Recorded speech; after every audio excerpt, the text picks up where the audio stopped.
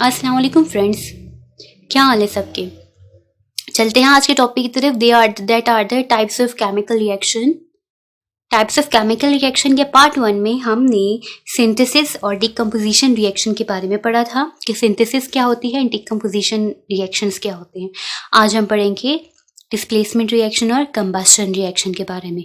तो डिस्प्लेसमेंट क्या है? डिस्प्लेस करना, अपनी जगह से हटा देना, रिप्लेस कर देना, उसको डिस्प्लेसमेंट कहते हैं।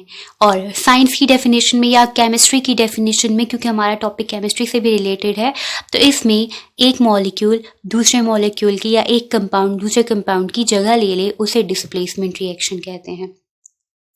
कि one substance pushes out another substance to take its place, कि एक सब्सटेंस है वो दूसरे सब्सटेंस को निकाल बाहर करे और उसकी जगह ले ले, तो उसे क्या कहते हैं? डिस्प्लेसमेंट रिएक्शन कहते हैं। एग्जाम्पल देखते हैं कि कैसे होगा। अब आपको बीकर नजर आ रहा है, बीकर में हमने डाला है ये जो आपको ब्लू कलर लिक्विड शो हो रहा है, this is the copper sulphate solution.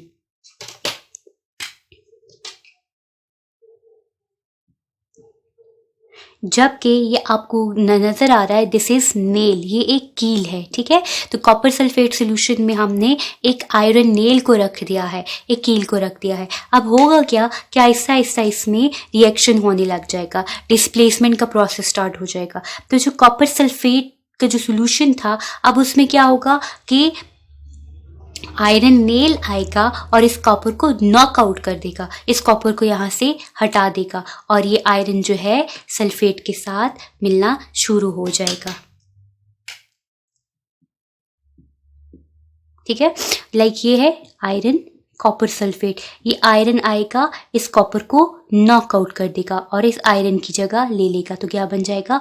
Copper sulphate. तो पीछे कौन रह जाएगा? अकेले कॉपर रह जाएगा। तो इस प्रोसेस को कहेंगे displacement reaction. The next one is the combustion.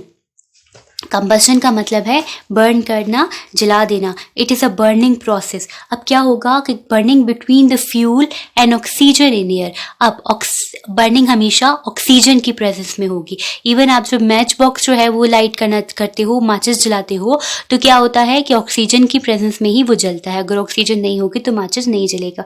तो फ्यूल, जो आपका फ्यूल होगा, ईंधन होगा, उसकी ऑक्सीजन की प्रेजेंस में जब आप उसे जलाएंगे तो उस प्रोसेस को कहते हैं कंबस्शन प्रोसेस। फ्यूल हमारे पास जैसे वुड हो गई, ऑयल हो गया, मीथेन हो गई, जो आपकी स्वीन गैस मतलब नेचुरल गैस जो है आपकी, वो हो गई। ये सारे क्या है? ऑक्सीजन की प्रेजेंस में ही जलते हैं और इस प्रोसेस को कहते हैं कंबस्शन प्रोसेस। नाउ अब कंबस्शन प्रोसेस के रिजल्ट में क्या बनते हैं? ऑक्साइड्स फॉर्मेशन होती है। क्यों ऑक्साइड बनते हैं? क्योंकि ये ऑक्सीजन की प्रेजेंस में बर्न हो रहे हैं, ऑक्सीजन की प्रेजेंस की वजह से ऑक्साइड बन रहे हैं। और एनर्जी जो होगी वो हीट और लाइट के फॉर्म में रिलीज होगी। आप सिंपल हीटर ऑन करते हो, हीटर में क्या बर्न हो रहा है? वहां पे गैस बर्न हो रही है, ठीक है, जो नेचुरल गैस है। नेचुरल गैस बर्न हो रही है, आपको रिजल्ट में क्या मिल रही है? लाइट मिल रही है और हीट मिल रही है। इसी तरह आप अगर चूल्हे को ऑन करते हो तो भी आपको हीट मिलती है और लाइट मिलती है, ठीक है।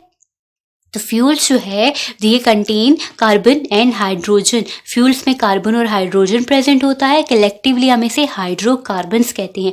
इसीलिए ये जो फ्यूल होता है ऑक्सीजन की प्रेजेंस में बहुत अच्छे से बर्न हो जाता है, बड़े आराम से बर्न हो जाता है। तो इस बोर्ड इक्वेशन को देखें, fuel plus oxygen, what it will form water, carbon dioxide और हीट एनर्जी रिलीज हो जाएगी।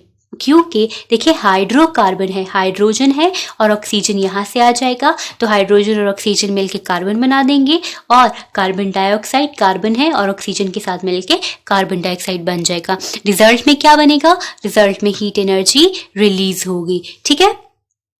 तो ये था कंबस्शन। अब कंबस्शन में ये जो फ्यूल होता है, जो मैंने आपको बताया कि वुड, ऑयल, मीथेन, पेट्रोल, कोल, ये सारी चीज़ें नेचुरल फ्यूल हैं। इनको जब लार्ज क्वांटिटी में यूज़ किया जाए तो ये व्हीकल्स को भी चलाने के काम आते हैं। ये इवन इलेक्ट्रिसिटी जनरेट करने के लिए भी यूज़ किए जाते हैं।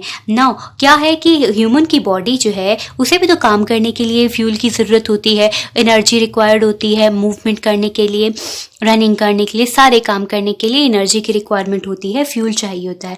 तो वो फ्यूल इसे कहाँ से मिलता है? जो फूड आप खाते हैं, जो फूड हम लेते हैं या आप जो फूड लेते हैं वो आपको एनर्जी प्रोवाइड करता है। आप जब फूड नहीं लोगे तो आपकी बॉडी को एनर्जी नहीं मिलेगी, आप अपने सारे काम नहीं कर पाओगे। तो जो फूड आप खाओगे उससे आपको एनर्जी मिलेगी। वो एनर्जी क्या होगी कि वो भी एक कंबशन के प्रोसेस की तरह डिकम्पोज हो जाएगी और एनर्जी रिलीज हो जाएगी उस फूड से।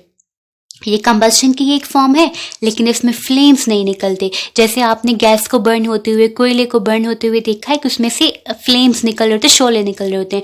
तो आपकी बॉडी में कंबशन के प्रोसेस के रिजल्ट में फ्लेम्स नहीं निकल रहे होते, वरना सारे के सारे चमक रहे होते अगर ये फ्लेम्स निकल रहे होते। तो रिस्पायरेशन जो है इसमें फ्लेम्स नहीं निकलते, फिर भी ये कंबशन इसमें हो जाती है, सिंपल फॉर्म में कन्वर्ट हो जाती है। ठीक है, इसी के रिजल्ट में आपकी बॉडी को एनर्जी मिलती है। This is all about today's topic. Hope you have understand the topic. Thank you.